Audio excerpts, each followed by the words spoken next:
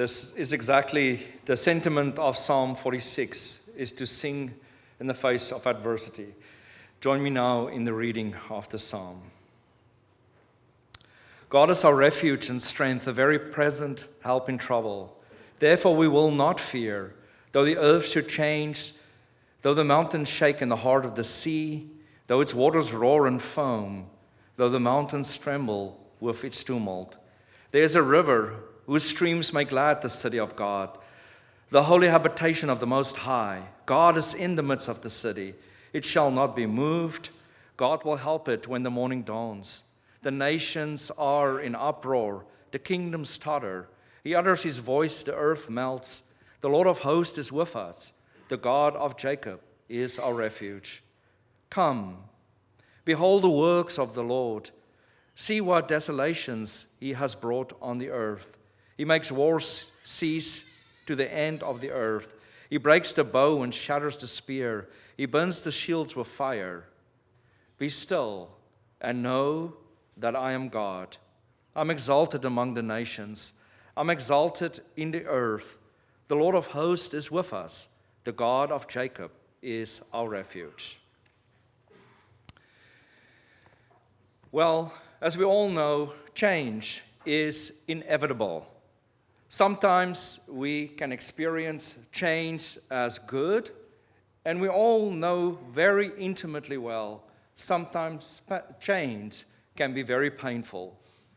Yet, I think what we all have in common is that we fear change at times because it means that outcomes are unknown and we fear the uncertainty that comes with it. It is said that we would rather be unhappy than uncertain. And I think that is true for a lot of us. Rather be unhappy than uncertain. Our brains are designed to find peace in knowing. When we don't know what will happen, we make up scenarios, and in turn, that creates worry. This can influence our decision-making process, and this is very important, increase our feelings of anxiety, and also it can increase feelings of depression within us. And I want us to contemplate for a moment the tremendous change we have undergone these past 3 years. As it is, our society faces tremendous change. Then COVID came along, and it propelled us even further along on the trajectory of change.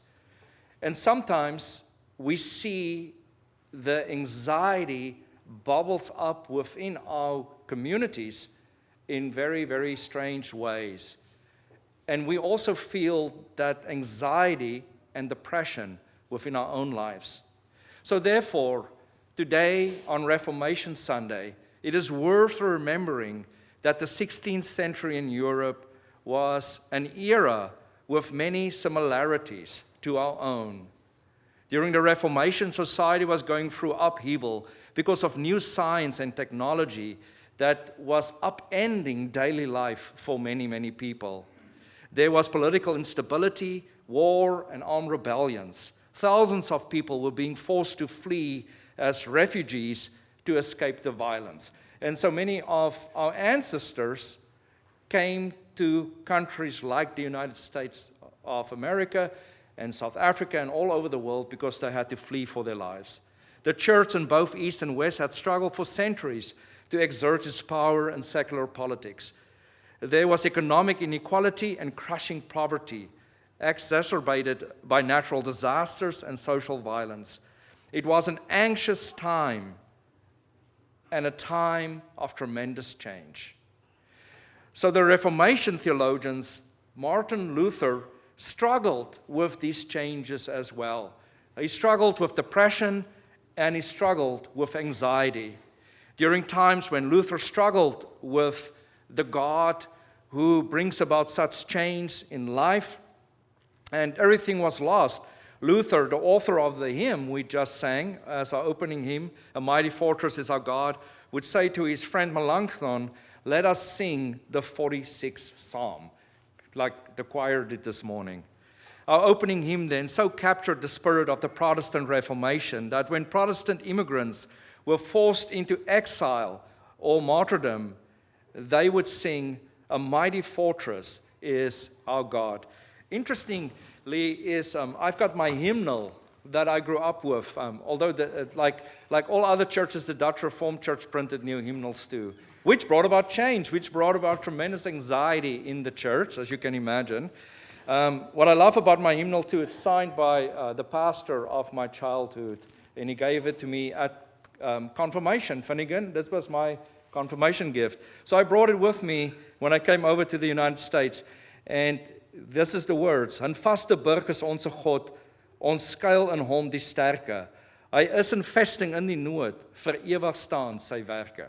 And it's interesting, you cannot get the tone of A Mighty Fortress from just hearing the Afrikaans.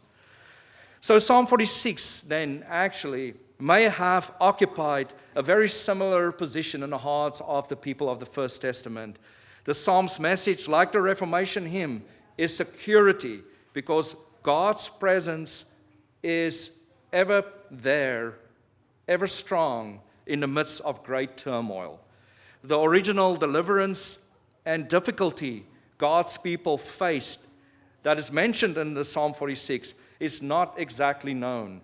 It does, however, seem that the Psalm's origin was not a time of prosperity and security, but a time when Jerusalem, the city of God, was, and the habitation of the Most High, was under siege. During this time of uncertainty, then, the people of God sang words of faith in the power of God when reality spoke of trials and tribulations. God, the psalmists assert, is not only present in the good times when nature is kind and the sea is calm and the crops plentiful and our children are all healthy and personal well-being secured, enemies subdued and quiet. God, the psalmist assert, is present and may be relied upon when nature is unkind, when mountains shake and the sea roars, when radical changes happens within society and nothing feels safe and secure. God is in the midst of all that too. Walter Brueggemann, preeminent scholar of the Old Testament and of the Psalms, says that some Psalms were written for good times, when all was well and the world is sane and safe and orderly. He calls them Psalms of orientation. The trouble, of course, is that life is not always like that, even though we wish profoundly that it were. And so, Brueggemann says, there are Psalms of disorientation, written for times when things look bleak and people are feeling weak and anxious, times when we experience the world falling apart, times of radical change, when old certainties no longer hold. This is Psalm 46. Psalm 46 is the reflection of an understanding on the part of ancient Israel that we are not always rescued from danger, but that the divine, the holy, is present in our midst and within us in the midst of danger, that we have a source outside of ourselves for the strength and the courage we need to face our daily challenges. For this reason, it is helpful for us to remember, in the words of Psalm 46, that God is the God who is present, that God is the one who said, "Be still and know that I am God." It also behooves us on this Stewardship Sunday to remember the Reformation's proclamation that we are all share grace. That's one of the proclamations of the Reformation, is that we are all grace, and that this invokes a deep sense of gratitude within us. Now, your homework for this week is to just Google, which is fairly easy, how gratitude can lower anxiety. I was actually quite surprised to see the correlation and to read more about it. but gratitude. And this is where, see, the Reformation is relevant and helpful. Gratitude can lower our anxiety. And I think, in a sense, our ancestors who went through the Reformation understood something about God's grace, God's love, and our response of gratitude, and how it raises our quality of life.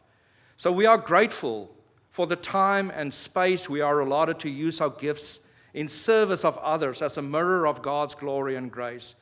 Amidst the anxieties of our age, we, like Luther, Calvin, and Knox before us, can let go of our control. We don't know exactly what the outcome might be, but we know in the midst of our struggle that God is with us. We can know that God is the one who said, "Be still and know that I am God." Yes, we can engage life and its challenges and its opportunities with joy, with energy, creativity. We know we can draw from the strength of God, and we can draw from the strength of the congregation, of community. And we can know that God is in the midst of life. So therefore, be still and know that I am God.